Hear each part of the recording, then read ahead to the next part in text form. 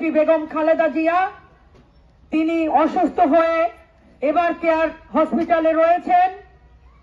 আজকে আমাদের দেশনেত্রী, আমাদের mother of democracy Begum Khaleda Zia সবার দোয়ায় আজকে অনেকটা সুস্থ, তিনি কথা বলতে পারছেন, আলহামদুলিল্লাহ। আপনারা জানেন এই ফ্যাসিস্ট 17 বছর এই ফ্যাসিস্ট হাসিনা আমাদের দেশনেত্রীকে কি পরিমাণ নির্যাতন করেছেন, জেলে রেখেছেন, তার সামান্যতম চিকিৎসার সুযোগটুকু পর্যন্ত দেয়নি। আজকে তাকে যে জেলখানায় স্লো প্রয়োজন করেছে, তার জন্য আজ আমাদের নেত্রী হসপিটালে আজকে জীবন মৃত্যুর সাথে লড়েছেন। এবং আজকে আমরা যে খবর পেয়েছি তাতে আমাদের দেশনেত্রী কথা বলতে পারছেন। আপনারা সবাই আমাদের মায়ের জন্য মন থেকে দোয়া করবেন, তিনি যেন আগামী দিনে যে গণতন্ত্রের জন্য যুদ্ধ করেছেন সেই গণতন্ত্র জনগণের মাঝে ফিরিয়ে দিতে পারেন, সেই দোয়া করবেন।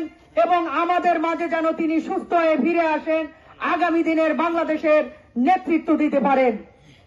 আপনারা জানেন আমাদের ভারপ্রাপ্ত চেয়ারম্যান বিএনপির, তিনি দীর্ঘদিন অসুস্থ হয়ে লন্ডনে ছিলেন। আমাদের নেতা খুব শীঘ্রই আমাদের মাঝে ফিরে আসবেন এবং তিনি বলেছেন আমাদের যে কোনো মূল্যে ধানের শীষের জন্য কাজ করতে, আমাদের ধানের শীষকে বিজয় করতে হবে ইনশাআল্লাহ। আমাদের আগামী দিনে ধানের শীষকে বিজয় করতে পারলে আমাদের দেশনেত্রী এই যে জনগণের কাছে যে ওয়াদা দিয়েছিলেন গণতন্ত্র ফিরিয়ে দেবেন, এবং আমাদের ভারপ্রাপ্ত চেয়ারম্যান তারেক রহমান 31 দফায় যে দফাগুলো দিয়েছেন তারই বাস্তবায়ন তারা করবেন ইনশাআল্লাহ।